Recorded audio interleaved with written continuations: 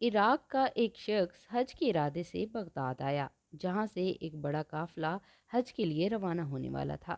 اس شخص کے پاس اپنی مرحومہ بیوی کا ایک قیمتی ہار بھی تھا، جسے وہ اپنی اکلوتی بیٹی کے جہیز کے لیے محفوظ رکھنا چاہتا تھا۔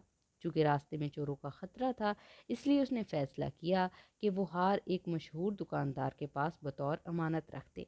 اس نے دکاندار سے کہا، اگر میں زندہ واپس آیا تو ہار واپس لے لوں گا، اور اگر نہ لوٹ سکا تو یہ ہار میری بیٹی کے حوالے کر دینا۔ اس وقت عراق کے فرمانروا عزت الدولہ تھے، جنہوں نے قافلے کی حفاظت کے لیے ایک فوجی دستہ بھی ساتھ روانہ کیا۔ قافلہ خیریت سے مکہ پہنچا اور حج کی ادائیگی کے بعد واپس بغداد لوٹ آیا۔ واپس آتے ہی وہ حاجی دکاندار کے پاس گیا اور کچھ تحائف اور تبرکات پیش کرنے کے بعد نرمی سے گزارش کی، جو ہار میں نے بطور امانت آپ کے پاس رکھا تھا وہ واپس دے دیں۔ دکاندار فوراً ناراض ہو گیا اور غصے میں کہا، کون سا ہار؟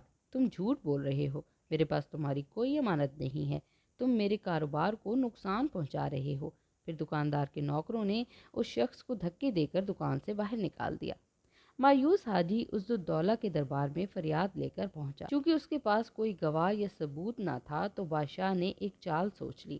بادشاہ نے کہا، میں تمہارے لیے بازار کا دورہ مقرر کرتا ہوں، تم اس دکان کے سامنے بیٹھو اور جب میری سواری وہاں سے گزرے گی تو میں تمہیں سلام کروں گا، تم جواب دینا مگر اٹھنا نہیں، میں خود تمہارے پاس آؤں گا۔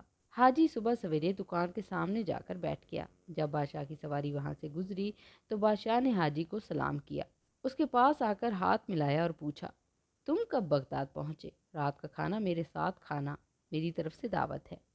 یہ منظر دیکھ کر دکاندار حیران رہ گیا۔ اسے لگا کہ حاجی کے بادشاہ کے ساتھ گہرے تعلقات ہیں، اور جب بادشاہ نے حاجی کو کھانے کی دعوت بھی دے دی تو وہ فوراً گھبرا گیا۔ دکاندار نے حاجی کو عزت سے اپنی دکان میں بٹھایا اور کہا، ارے تم کیوں پریشان ہو، تمہارا ہار تو میرے پاس محفوظ ہے، میں تو بس مذاق کر رہا تھا۔ اس نے فوراً ہار حاجی کو واپس کر دیا۔ یہ تمام کارروائی بادشاہ کی خفیہ پولیس دیکھ رہی تھی۔ جیسے ہی حاجی کو ہار ملا، پولیس نے فوراً دکاندار کو گرفتار کر لیا اور اسے سخت سزا دی تاکہ دوسروں کے لیے عبرت کا سامان ہو۔ یہ تھی اس دور کے مسلمان بادشاہوں کی عدل پسندی۔ ناظرین گرامی، آج کی ویڈیو میں بس اتنا ہی۔ ویڈیو اگر آپ کو پسند آئی ہے تو اسے لائک اور شیئر کر دیجئے، اور اگر ہمارے چینل پر نئے ہیں تو سبسکرائب کرنا ہرگز مت بھولیے گا۔ اب ہم آپ سے ملیں گے اگلی ویڈیو میں، تب تک کے لیے ہمیں اجازت دیجیے۔ اللہ حافظ۔